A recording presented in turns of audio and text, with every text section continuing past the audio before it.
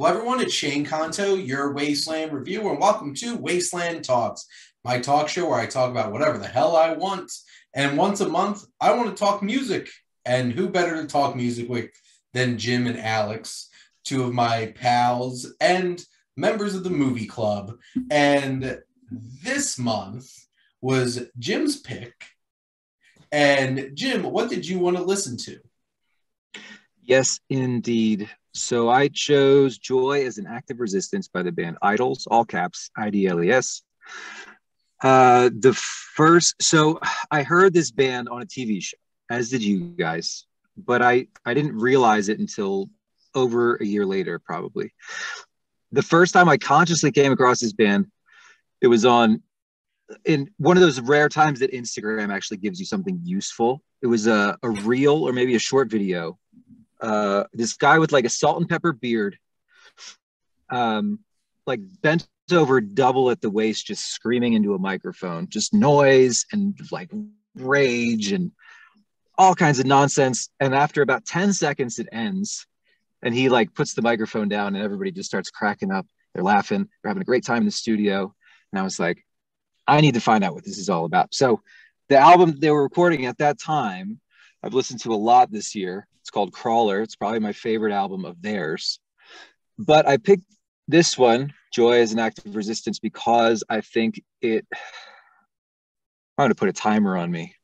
There's just so much to talk about. There's potential for like fun pop culture kind of spin-off conversation, tangent conversation. There's really personal themes like fatherhood and masculinity, up to really big themes of like nationalism and kind of what it means. I don't know if it answers any question, but it does offer some questions. Is like what it means to be a citizen, a man, a 30-something man in this world today. This is grown-up punk music to me. Like it takes the teen angst, and it's like it's still there. He's never figured out how to get rid of his teen angst, but like he's our age. He has a sense of himself, like his place in the world, but he's still angry. So he's trying to kind of direct that punk energy towards something useful, productive, I feel like. But anyway, there's all kinds of themes from very personal stuff to like really big stuff. And we've talked on and off your show, Shane, about how we're all fans of rock music, but we like kind of struggle to find new rock music that we're into. So I thought some new rock that I really like was a natural choice for the show. Awesome. Because before we started recording, my first reaction when Jim asked me about this, I'm just like, felt like I was watching the soundtrack to Peaky Blinders. And I said, surprise. Oh, you've realized where you've heard this band before. Because they were a major part of the season finale in season 5. I just felt like listening to this album made me want to walk down an industrial revolution street and just punch somebody in the face. There is a little bit. There is some violence. There's a fair amount of street fighting references. With the Peaky effing Blinders. By the order of the Peaky Blinders. And I suppose anybody listening should be warned that there's a freewheeling use of explicit language on the album, and there probably will follow on this show. So consider yourself. We're all adults here. It happened. at least nominally, you know. The cuss you are. What you said about punk rock music growing up, that's an interesting thing. I didn't think about that. That's really well stated, because the themes here, like all of it sounds sarcastic to me. Like everything he sings sounds sarcastic, but then you read the lyrics and some of it's really genuine, underneath. Like he's obviously, like you mentioned, masculinity. He mentions homophobia a lot, and he's, I think there's the one line, I'm like Stone Cold Steve Austin, I put homophobes in coffins. I forget which song that's from, but I think it's off the opening track. The opening track's like 2 songs in one, so it's like the second half of that opening. That's song. right. That's where I said. That's why I got confused. I thought it was either the first or the second, but yeah, it's the first one. And yeah, no, there's this strangely there's an empathy kind of underneath. I found, you know, a lot of what he's kind of battling back against, and he even talks about love on some songs in a genuine way. I couldn't tell if it was love with a brother or a friend or even a, you know, a woman. There was like, the way he said it, it sounded like there was like this anger in there, but there was also, it seemed like he was trying to, this is how love, you know, is for, you know, now grown up, you know, in this era, you know. And I think it might have been from that song, either Love Song or Television, one of those. I think maybe it was Love Song. And I was like, man, this is some really like genuine, you know, caring. There's this caring element to these things that he's saying, you know. And so I was kind of struck by that. Yeah, I got the impression, I got to see them live. It was my first show after the long quarantine drought. And it was just a blast. Like, the energy of the band is off the charts. And they opened the show with Colossus, which is the first song on this album. But at one point in the show, he was interacting with the audience, and somebody in the audience was flipping him off, was flipping him the bird, as one does at an angsty rock show, right? And he stopped whatever he was saying. He was like, let's not do that. Like, that's a very weird gesture for us to give each other. Like, let's do the I love you instead, like the devil horns with the thumb. Right. So everybody kind of switched their middle fingers to the three-fingered I love you in sign language instead. I thought that was really cool. So there was really good energy in the crowd. So at least in the live show that I went to, they kind of followed through with the positive vibes. But there's definitely a lot of anger here. Definitely. Right. Yeah. No, that just goes to show you that there's with metal, hard rock, punk, yeah, you're gonna see that, you know. I mean, people just doing it because they're angry, you know. That's a thing you do when you're angry. You have road rage or something like that, you stick your middle finger up. But where you are still in Boston. Yeah, well, then you have to stick your middle fingers up. It just wouldn't be right. Is that what he does when he climbs up to the top turnbuckle and smashes the beer on his forehead? Is that what he does? Well, so he flips off the audience? The Sandman bashed the beer on his forehead. Stone Cold Steve Austin just chugs it down and, you know, goes up in the corner and flips the bird off to the crowd. That's right. My bad. That's right. That's not him. You which is smarter. Drunken pro wrestler. Which I like how you have Stone Cold Steve Austin, Fred Astaire, Ted DiBiase, Evel Knievel, and Jesus Christ, and Reggie Cray, all thrown into the same. That's who would now see. I didn't explain to me the Reggie Cray reference. I don't know who that is. There's a lot of very British, a lot of very political stuff in here, like a lot of British pop culture references, but a lot of it translates. So who is this guy? I didn't know. Did you know when you saw it? I didn't know. I had to look it up, but now I know who it is. Now I looked it up because Tom Hardy played him in a. You know what I was about to say? Wasn't that Legend? And Legends. Yeah, they were. He played there. Reggie Cray and Ronnie Cray. They were gangsters essentially in England. And I don't know if they were twins or if they were just brothers and they really looked alike. I think they were just brothers actually, and they just looked alike. And one of them, apparently. Yes, a little bit. One of them was schizophrenic, and he was also supposedly homosexual. You know, and so, but he was a murderous gangster too. So very, very crazy lives those two people led. Like Jesus Christ. right there, same verse. Which also, sitting listening to this album, I'm like, this is one of the most British things I think I've ever listened to, and it gave me a lot of vibes of like the same kind of like energy of like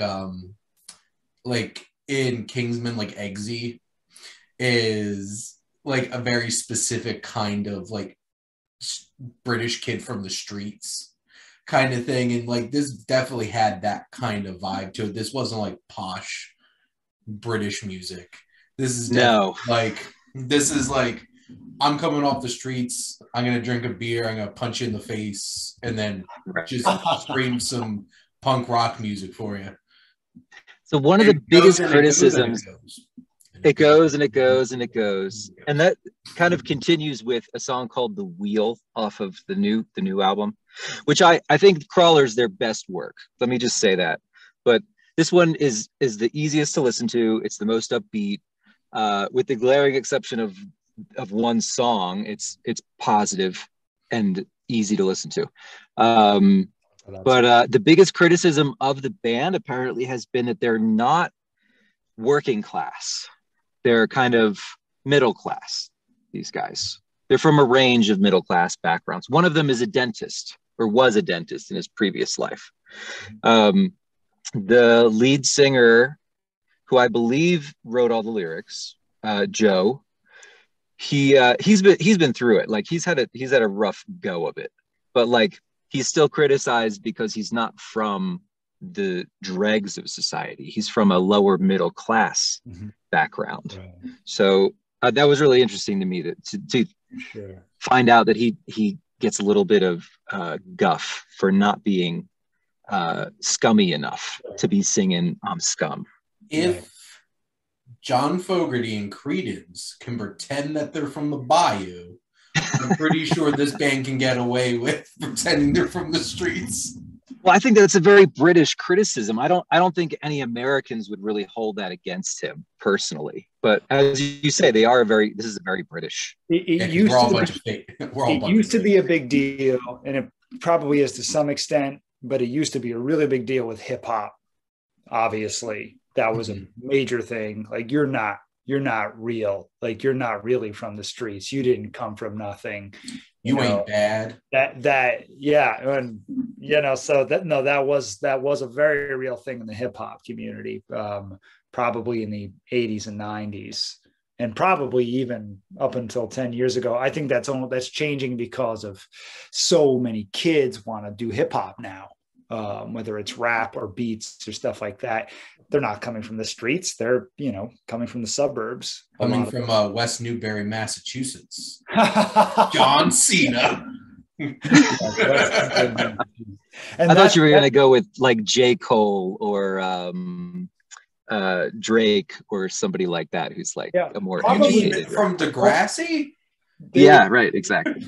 Without knowing their stories, a lot of these guys probably do come from like lower middle class, more middle class. The lower middle class people or middle class people experience adversity. A dentist can experience adversity, but it's not as poetic. It's not as badass. It doesn't have the image. And I can only imagine, some of the kids in Great Britain who, grew up, getting smacked around and getting into fights in the schoolyard. I can only imagine. I think he's been in his fair share of fights, but I wonder how much of that was like coming from a place where he wanted to prove that he was tough enough to be there on the streets. Maybe people didn't, because they knew he wasn't from the working class. Maybe he had to fight more to prove that he was tough. You guys didn't watch the video to the second song, did you? Never Fight a Man with a Perm? No, I didn't watch the video. I watched the video for Danny Nedelko. We can talk about that one later. But did it also have the freaking fascist from the Peaky Blinders in it? So I think we can talk about this too if you want. I think it's interesting that he wrote a song in which the chorus is "fuck TV," and yet their breakthrough hit came on Peaky Blinders. I think it's really ironic. But the video. So the video is like a cross between Ren and Stimpy and Street Fighter. It's really quite funny. It is nuts. But apparently as Alex, you said, he seems like somebody who's trying. You know, right. He's a violent dude with a lot of angst, and he's trying. That might kind of be the crux of why people latched onto this band. But apparently Never Fight a Man with a Perm was kind of stories about the before times, you know, before he became enlightened and surrounded himself with loving friends and has, you know, had a therapist in his life. So but the video is basically Street Fighter. It's very violent, but also pretty funny. I think the soft spot for me with this band is that they do have a lot of fun. Like any movies that don't take themselves too seriously, I'll probably enjoy. This band doesn't take themselves too, even with all the preachiness and all the you know, fuck the government and the, you know, rebelliousness and the punk rock energy. Like, they're really trying to have fun at this. I think that's probably where they found their way to my heart. It gives them sorry, go ahead, Shane. No, go ahead, Alice. I was going to say that gives them some depth, and by having fun, being able to still have fun rolled up into the lyrics and the energy and the music, they still sound like a local band. Like, they still sound like they're playing a small show for you, maybe 300 people or less. You know what I mean? Like, they don't sound like they're trying to create a hit. Right. Yeah, I don't know that Never Fight a Man with a Perm would be a radio hit for me. You know, if I were choosing fun, speaking of reading these lyrics, you're not suave because you watch Get Carter. You are a catalog plastic Sinatra, a try-hard who should have tried harder. Me, oh my Roy, you look like a walking thyroid. You're not a man, you're a gland. You're one big neck with sausage hands. You're a top shot tyrant. Even your haircut's violent. You look like you're from Love Island. He stood in the room, went silent. Some great trash talk, right? Yeah, absolutely. Well, I the way I interpreted a lot of it is like, he's like throwing a lot of stones at this idea of masculinity, you know, or what people started calling toxic masculinity. Yes. Or, you know, he's throwing a lot of stones at that image, you know, and this, because it's the aggressiveness of it, and having to be aggressive and having to be strong, having to be tough. You feel like he's throwing a lot of stones at that on that song, but a few different songs. I forget which song. Not to jump, but you know, the song Samaritans, when he says the mask of masculinity is a mask that's wearing me, like that, like stood out to me, and it kind of connected through because oh shit, I mean, that's relatable. That's a relatable thing that I don't think men talk about a whole lot.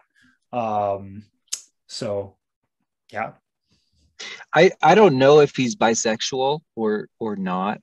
But the lyric in that song, Samaritans, he goes, "I kissed a boy and I liked it." Yeah, that's right. Yeah, is Katy Perry. Right. Still, the pop culture references are still there, but he's being subversive in ways that are kind of interesting in the time that it's not easy to you know, be subversive and still find an audience. Yeah, that's going to come to see you. And I wonder, and I didn't necessarily, he may be back. I don't know if he is bisexual, that's great. That's fine. But, you know, I also kind of read it as, and, you know, like almost like he wanted to say that just to piss people off. You know? I agree. Yeah. I would second that emotion as well.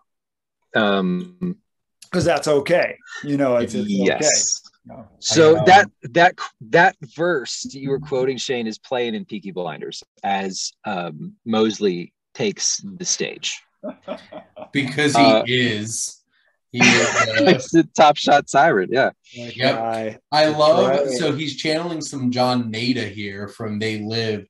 I said I've got a penchant for smokes and kicking douches in the mouth. Sadly for you, my last cigarette's gone out. I didn't even draw that connection. That's great. Oh, man. That's really good. So the line is, I came here to do two things. Alex, can you finish that quote for me? Because I don't remember. Oh, I can't. Kick ass and chew bubblegum. And I'm all out of bubblegum. I'm all out of bubblegum. That's great. All I totally missed that. Time to kick a douche in the mouth. I totally missed that reference. That's fantastic. I missed it too. Yeah. But I mean, I think it's like, I can see why people really latched on to him, because he's, when someone comes along and has kind of given themselves permission, you know, to say what's on their mind, you know, some of these lyrics almost feel like he didn't have to go back over it or, you know, cross anything out. Some of this feels like he hopped in the booth and he said what was on his mind. Even if he didn't, the fact that it like feels that way is really poignant and, you know, resonant, and just makes you like, you know, that's George Carlin, that's Richard Pryor, that's Bob Dylan, that's John Lennon. Like, that's that thing, like, that we want that sort of like, yeah, of course this person's behind, you know. He does reference Richard Pryor on the next album. Oh, really? Oh, that's fun. So I wonder if he was an inspiration, you know. So I do know, in the little that I've read about the band, that he usually writes the lyrics live in session with the band. Like, the band comes to him with a groove or a beat or a vibe, and then he'll write the lyrics, which might be another reason that I like the band, because I'm always a music first person. The lyrics are secondary to me always.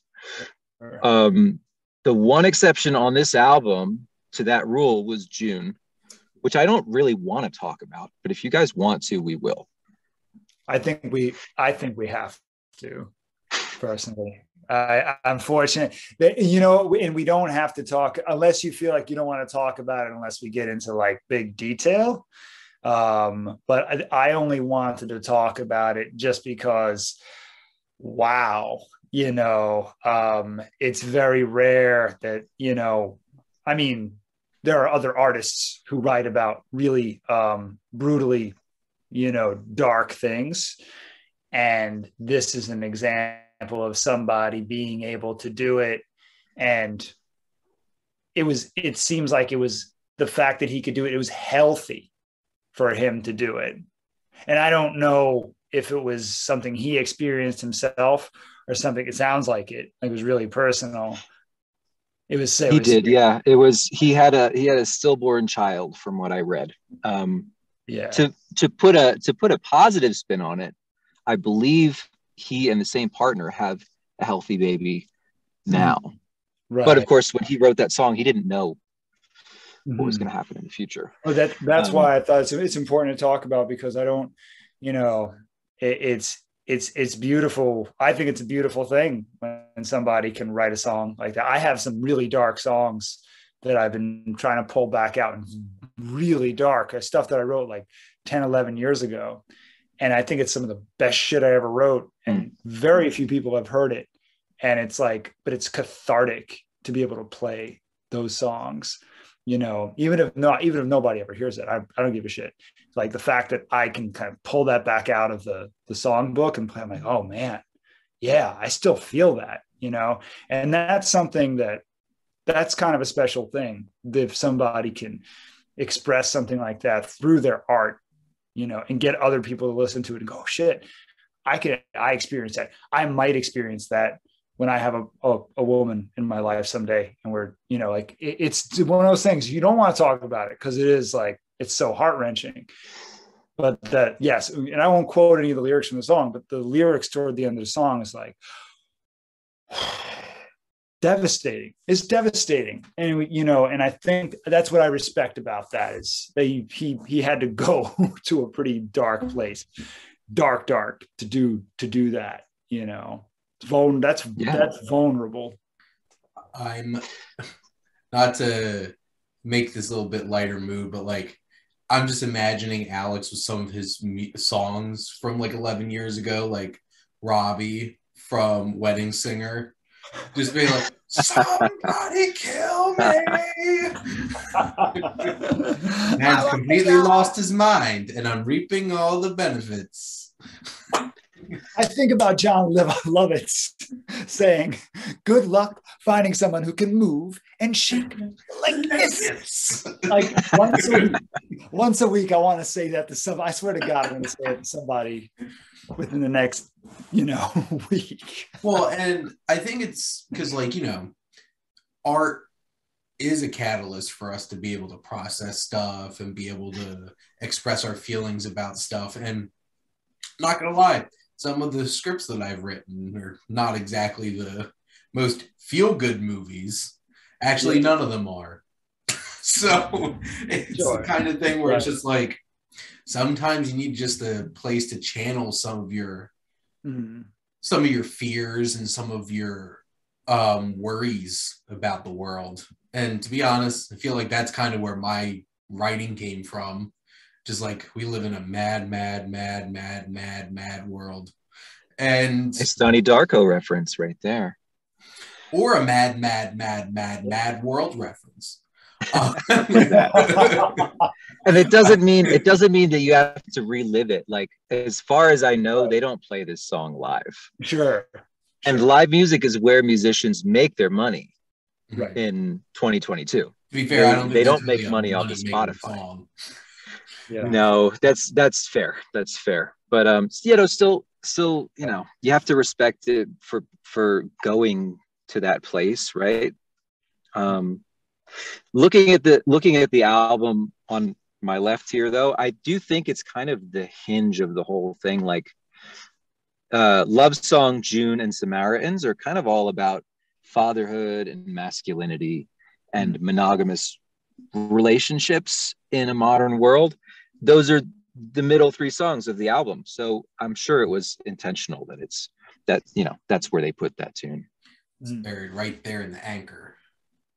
Sure. Yeah, exactly. Right there in the spine. The other thing I respect is that there really does seem to be some thought.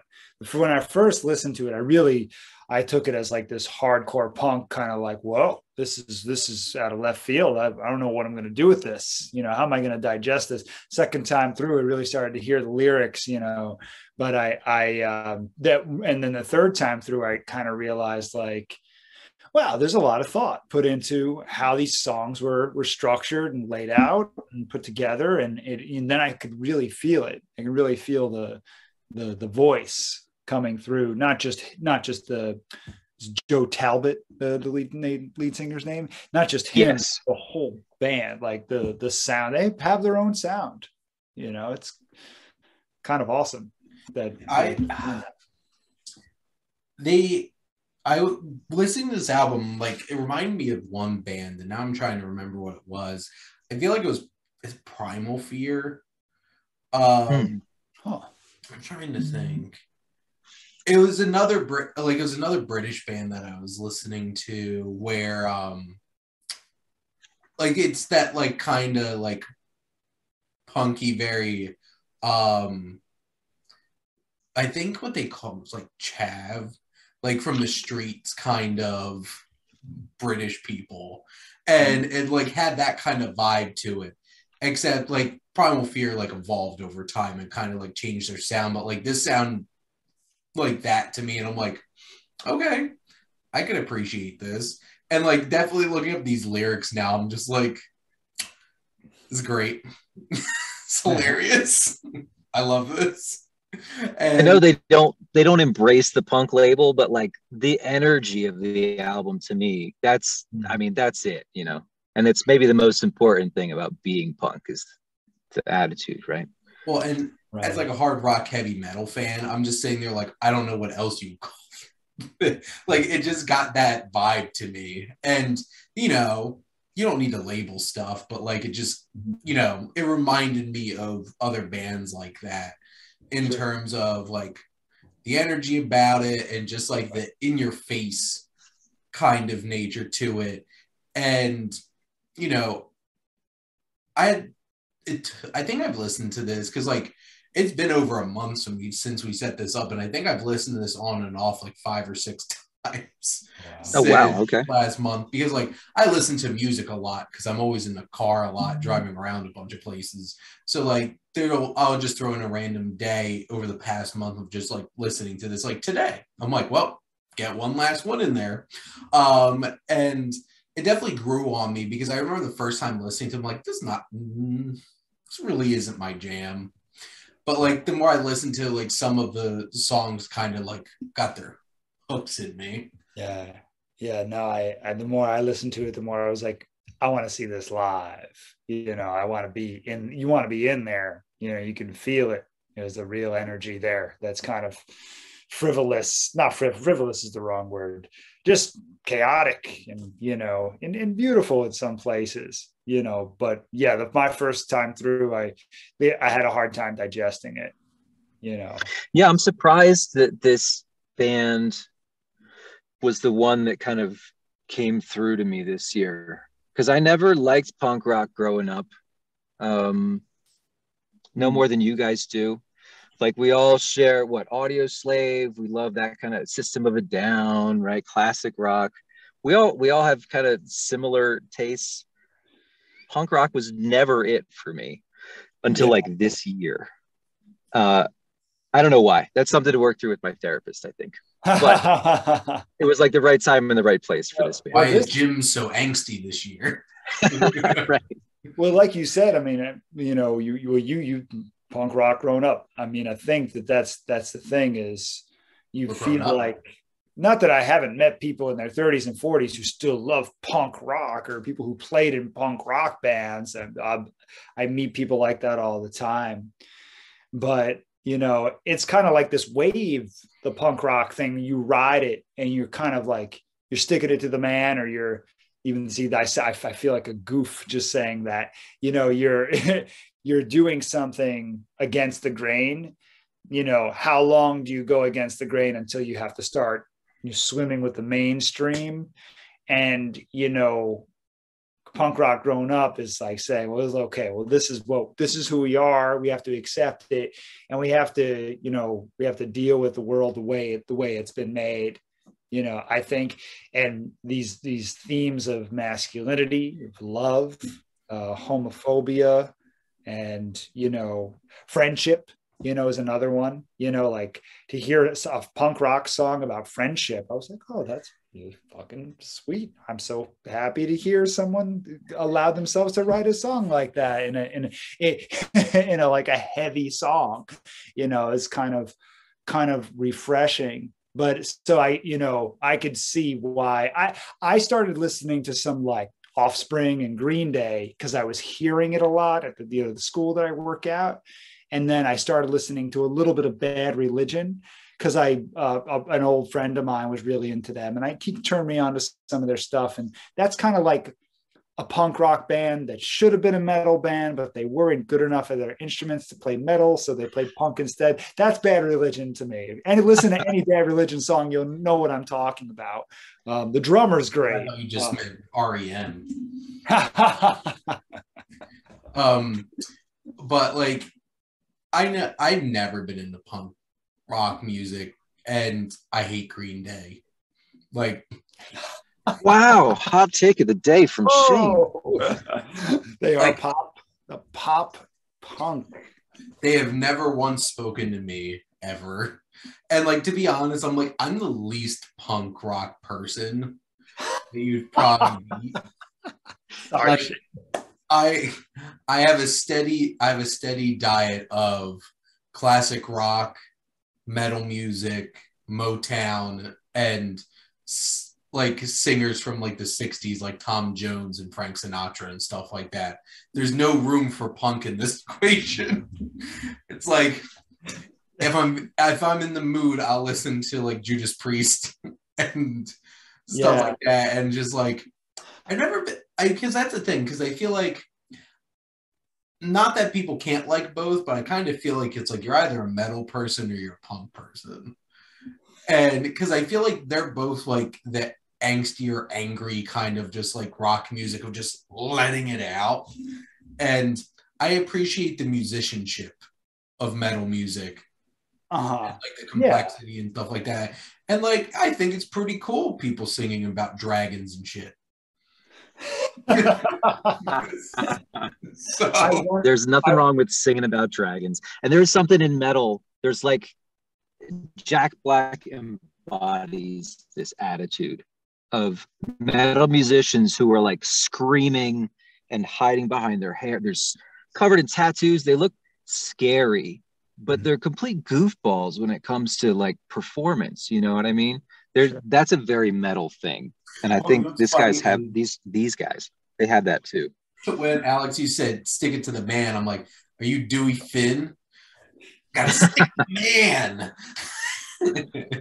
And it's just like, because you also work at School of Rock. So. I do work at School of Rock. Well, one of the teachers said that recently. He goes, man, we really are sticking it to the man. Like, he was being genuine about it. He's a great guy. He's a hardworking dude. And I was like, what man? Yeah, I guess so. The squares. We're sticking it to the squares. I've gotten friendly with the homeless guys in town. And I mentioned that I owned a bike. And they were like, oh, you have a mountain bike. They were interested. I was like, no, it's a road bike. And like their faces dropped because they thought I meant like spandex, like $100 helmet road bike. I just ride my road bike to wherever I want to go. It's just not a mountain bike, you know? Yeah. So when I finally got through to them that I like don't have special biking clothes, I just kind of ride it. What did they lightened up. Armstrong or something? They lightened up, and the one guy was like, oh, you're not one of the squares. You're not like them. Right. Yeah. To this homeless dude in the park, the people riding their road bikes with fancy spandex outfits, they're the man. Right. And he's sticking it to them every day. Upper middle class or upper class people who can spend a lot of money on, I remember there was a bike shop in Claremont, they were like $500, $600, $700 bikes, and I was like, I'm going to buy a bike for $700, so, but yeah, no, I get that. That makes sense. Yeah, no. And I think that, I don't know.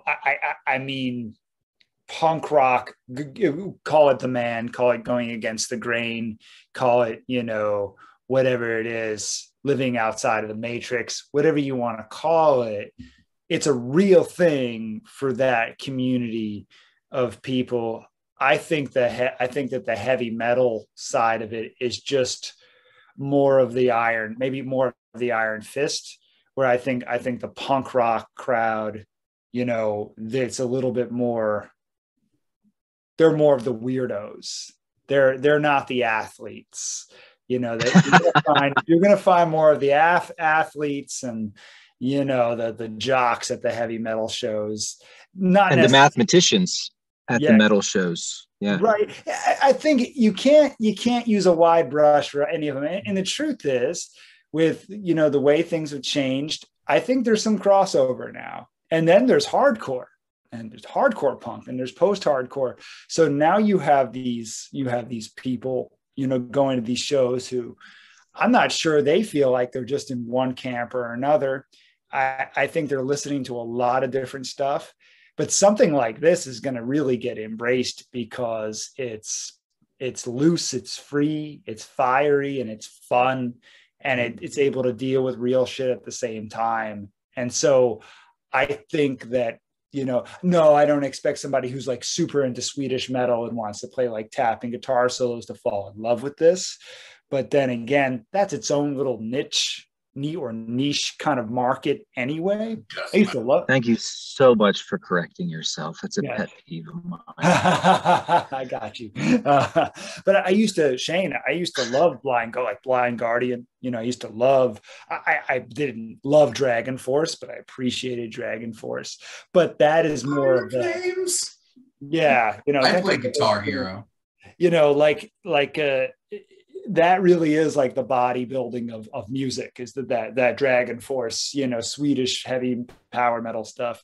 But the punk rock stuff is like, we're not supposed to be here, but we're here anyway.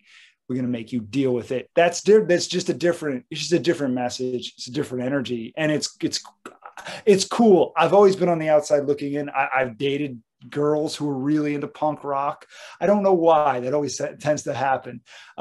Maybe because it's because I'm not involved in it. I don't have any skin in the game, so I can kind of see it from where they're in it. And I just kind of enjoy being on the outside of the circle.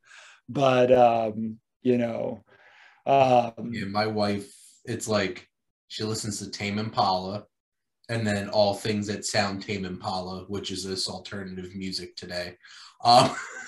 Basically. And the Decemberists, and which I do like the Decemberists. She likes weird things, like the Decemberists. What is the Decemberists? They kind of sound like a little bit of like an offshoot of Mumford and Sons, or is that right? I once read like broad stroke kind of, because like they basically have like sea shanty-y kinds of songs too. And just like they're hard to describe. Well, they used to be hard to describe. Now they just sound like Tame Impala. Yeah. I once read that Decemberists are like the History Club and the Glee Club joined up forces, and had like the insane teacher at the school. No wonder you like them. So, yeah, exactly. I know two bands who have sang about mariners and shit, and that is Iron Maiden and the Decemberists. Excellent. Oh, so good. That's really funny. So like, just imagine Iron Maiden except folksy-ish. They Rhyme of the Ancient Mariner. They did a song called The Rhyme of the Ancient Mariner. Yeah, Iron Maiden did Rhyme of the Ancient Mariner, and sing about albatrosses and shit. Yep. There is this kind of the thing, and I don't know much about Dropkick Murphys or any of the other like Irish hard rock bands. I hear like a sliver of that in IDLES, like especially in the one I've been wanting to talk about is the Danny Nedelko, which I think is such a sweet song. Now that I know what it's about, like there's this like sliver of that is all right, like there's this like soccer football chant. Yes. Like, not, yes. like, and I'm like, oh, I can get into this. But then there are bands where every song sounds like that. Like every song on the record sounds like it's like a freaking football game and we're ready to punch the other team out.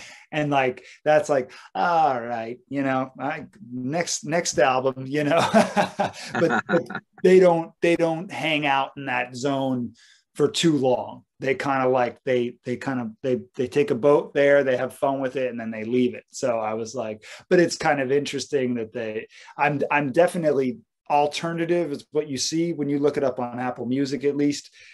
And that's kind of what makes sense, because I am hearing a lot of different influences, like pockets of different sounds. It's not just like Sex Pistols. Like I hear a little bit of Sex Pistols. I hear like a slice of Clash. Not to say something too controversial here, but like listening to you've already given your hot take for the day, Shane. Go ahead. Green Day sucks. No. I didn't say Green Day sucks. I said I hate Green Day. There's a difference. I was gonna say, because like there's some punk bands that I'm like, I could listen to a whole album and be like, was that just one song? Right. But like this felt different. And I appreciated that. That's very good, because that's one thing that even on first listen I realized, and I realized it once we got to June. That was like, that's not what we're getting. We're getting something else. I was running the first time I listened to this, and then I went, oh shit. This and then you couldn't finish your run because you just like. And then you started walking. Kind of had to start. I started walking, and I kind of waited till that song was over because it was a little too much, right? But that's a good point. That's a really good point. And you look for that on a record, because there's a lot of, a lot of local bands will say, you listen to, you like every song sounds like exactly the same. And so it's because they haven't, some of them are still learning how to make a record, they're learning the art of making a record, which is, I've never accomplished it. Really, it's difficult. It takes like a life of being a troubadour, musician, and also being in touch with what's going on in a scene. And that's I don't know, it's a special thing. And I think that's it's cool about this album. It's definitely not an album I'm going to listen to a lot, but I'm kind of curious to listen to the other stuff that they have. And like, it's not necessarily like, would you say, Alex, that Danny Nedelko is your favorite? Sorry, Shane. Okay. I think my network is a little bit delayed.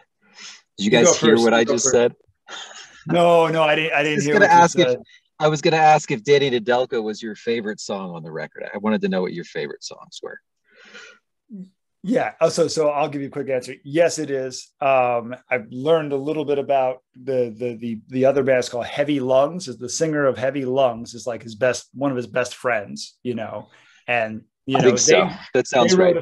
They wrote a song called Blood Brother, and that's about him, So I just thought that was so sweet. I never heard about that before, like people write. I mean, I guess, but I just thought that was kind of really sweet. I'll get right back to you, Shane. They sound a little more like the Strokes than a little bit Heavy Lungs does. The one song I heard from that was like, oh, I got a Strokes vibe off of them. So that's Danny Nedelko. Trying to be Billy Squires is a bold choice. What's that? It was a bad joke. You said Strokes, and I just... The Stroke. Never mind. Billy Squire? Right over. It's right over the head. It's right over there. I'll go get it later. I'm trying to keep quiet because I know I'm just going to step on your toes again, Shane. Please go. I was doing pretty well with my jokes so far, so I was bound to have one crash and burn. But like I was about to say, because a lot of punk, like there's artists out there that do have a very specific sound, and Bo Diddley made a whole entire career with the Bo Diddley beat, and like early blues, it was like, hey, I'm gonna do this beat and just throw different lyrics to it. And there's some, even with like Chuck Berry, there's a couple of songs that have literally the same exact music, it just has different lyrics to it. Yeah. And then you could be George Thorogood, who just then takes the Bo Diddley beat and then just runs with it too. But like, as somebody who loves AC/DC, who also gets criticized all the time for just making the same song over and over again, and everything just sounds the same, which especially recently is not wrong. But like, if you have a sound and it works, sometimes you just don't try to fix it. Just kind of lean into it. And right. Like I said, I appreciated this because it felt fresh and like each song had a personality to it. And, obviously it sounds like the same band, but they all sound like songs that have their own spirit and purpose and sound to it. And I think that's pretty cool. Yeah, it's a hard thing. And when a band can find that, it's a wonderful thing to have. When a band can find that and it's accepted and embraced by a whole lot of other people, oh, that's lightning in a bottle. That's why if you're AC/DC, and it was 1979 or 80, whatever, you're not going to run away from that, because, now if you are enjoying it and they're enjoying it, screw it. Don't do a 2-hour prog album, like do AC/DC, Back in Black makes sense. Which does have a variety of different sounding AC/DC songs on it. But we've talked about them. And they were being subversive. To be fair to AC/DC. I mean, as far as like in a rock album, that is kind of what I want from original rock. I do want it to be subversive in some way. Right. Absolutely. I wanted to kind of poke holes in my universe a little bit, absolutely. Totally. I want my stand-up comedy to do that. I'm always looking for that, you know, and I'm somebody who doesn't listen to or look at enough just because of my own not having enough time, or because I've always got way too much going on in my head or whatever. But absolutely. And I think that we've talked about other bands on this channel. Like Rush is a good example of a band who kind of went away from their sound and then went back to it. Like they correct you, Shane, and you're the connoisseur on that. You can correct me on that. They kind of went away from stuff. They didn't just play. Rush is variety. Yeah, because they didn't just play stuff that sounded like Tom Sawyer for the next 25 years. No, and they went away from it. And even their last couple albums got heavier than they had ever been before. Yeah, and even the band we talked about last month, right, Dire Straits. Yep. Radically, they changed their sound so much from the 70s to the 80s. And I thought that's like I enjoyed like all the different atmospheric stuff and the different types of varieties of songs on that album. But that's an example of an album that I felt like went a lot of different places, just comparing this album to that. But that was also a very different time, so 80s. Yeah, mixing technology with acoustics, mixing digital and acoustics. You're going to get a mix. Mm-hmm. And now we're back in the 80s because 80s nostalgia is born strong. And a lot of bands are trying to capture that sound. Yeah. And, it's refreshing hearing a band that isn't trying to capture that sound. Because, to be honest, if you listen to any alternative channel at this point, like station, it's just somebody grew up in the 80s. Yeah. Or somebody listened to a lot of 80s, and it's in all kind of pop culture. That's why Stranger Things is such a big thing. And sure. Yeah. Everyone's act like Master of Puppets has a whole new life to it again, oh yeah, that band Metallica that I heard that got its big break because of Stranger Things. Kate Bush. Kate Bush, you ever heard of her? To be honest, I didn't before. I had never heard of her before that song broke again. I had and now I listen. Shane, an idea for one of those shows you're doing could be I don't remember if you write on this too, but TV shows that broke musical artists. Because Stranger Things has done that for Kate Bush for a whole generation. Yeah. And Peaky Blinders has done that for this band. There's got to be a ton of examples. Nick Cave, honestly, because yes, because absolutely, I didn't know who Nick Cave was before I started watching Peaky Blinders, and now I know in his red right hand, and him and Warren Ellis have done a lot of different stuff. They've done scores for films like The Assassination of Jesse James by the Coward Robert Ford. Oh, wow. Still haven't watched that. I think you would like it, Jim. Mm-hmm. I think I would too. It's a real slow burn, but it's like a glass of dirty whiskey, that movie. And shot by Roger Deakins. Yeah. I do love Roger Deakins. I didn't realize that. It's beautiful. Watch it on a Sunday when you don't have a whole lot going on. It's definitely, more. Well, this Sunday I've got football and baseball. The film critics film. Okay. Release. Phillies made the playoffs, Alex. It's so exciting. Well, the Mets have sort of made the playoffs. No, they made the playoffs. The Mets destroyed us this season.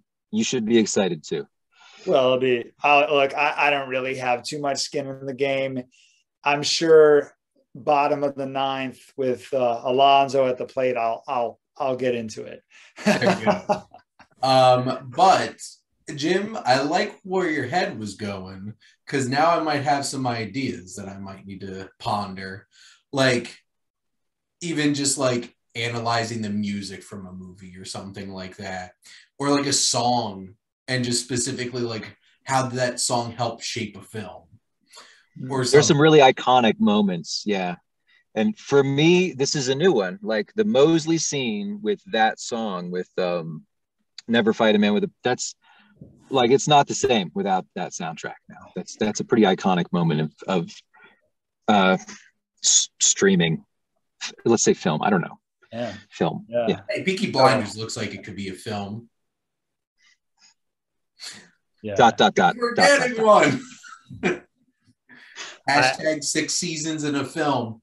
I don't know if we had a chance. I thought that 6th season was the lowest point in the show, unfortunately. I think maybe we did agree talk about that. Agree, but still not terrible. Not bad. No, I think that it was just missed. Look, it was it was a dark time and COVID in the world.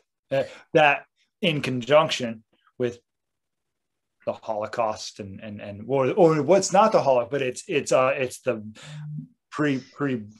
we're leading to. I have a feeling that like the 6th season just kind of felt like a bridge between the 5th season and the movie.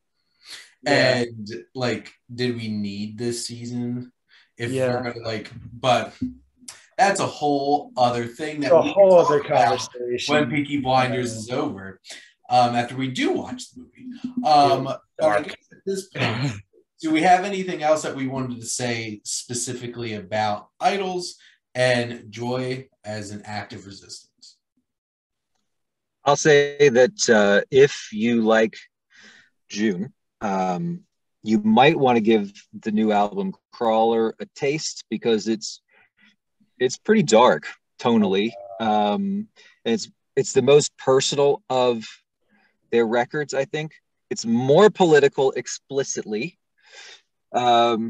less tied to pop culture, but also more personal. I think it's their best stuff. So, but if anybody listening or watching this is probably never going to listen to the band, just go to YouTube and watch the Tiny Desk show, capital IDLES. It's a pretty good, wow. Not a summation, but like that's a great taste of what IDLES brings to the desk, what IDLES brings to the Tiny Desk. So I definitely recommend that show. Cool. Yeah. How about you, Alex? Make friends, meet women, make love, make music, do all those things. Send it. Maybe join a band someday when you're ready. And mine is, for somebody who doesn't like punk music, this does kind of sound like it, but it's really cool. So you should check it out. Well said. Applause. That is how we end this episode. And we haven't picked what the next one's going to be, so no tease for you, except there will be another. Jim, Alex, and Shane returns. That's all you're getting at the end of this episode. But Jim and Alex, thank you so much, as always, for coming on and talking some music. Goodbye. Thank you, man. Much love. And thank you all, as always, for tuning in and supporting your Wasteland Reviewer.